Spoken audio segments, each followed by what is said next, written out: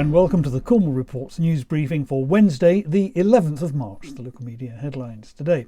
Now, if you go out to the North Cornwall coast and look out over the Atlantic Ocean, particularly that part of it known as the Celtic Sea, I'm afraid you won't see any floating offshore wind farms. That's just a fact. We've been talking about them for years, but it looks increasingly likely that the major part of government investment is going to Scotland, Wales and the north of England, and not Cornwall.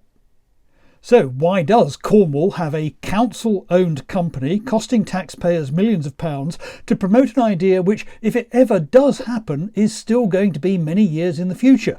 Perhaps, just perhaps, there is now evidence of pennies dropping and deadlines being set to declare that at some point the local public spending has to stop. After all, it's not as if we haven't got plenty of other wacky ideas to spend taxpayers' money on. Homes Cornwall, which is all about turning farms into housing estates, now says it wants 800 acres. That's twice as much as in January.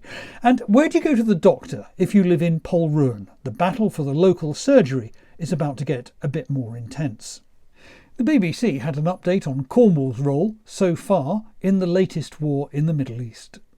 A Merlin helicopter from RNAS Culdrose arrived in Cyprus on Monday. It'll help with radar to provide early warning of any incoming missiles or drones.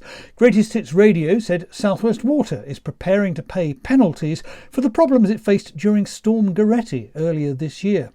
The Falmouth Packet had an interesting one about the Royal Fleet Auxiliary Argus putting into port for decommissioning. This is only a year after the Navy spent £6.5 million on repairs. The Cornish Times promoted the latest public consultation about the costs of crossing the River Tamar. And finally, Cornwall Live is back on snow patrol. And those are the local media headlines for now. Thank you very much for watching. Please share this video on social media. I'll be back again tomorrow. See you then. Bye-bye.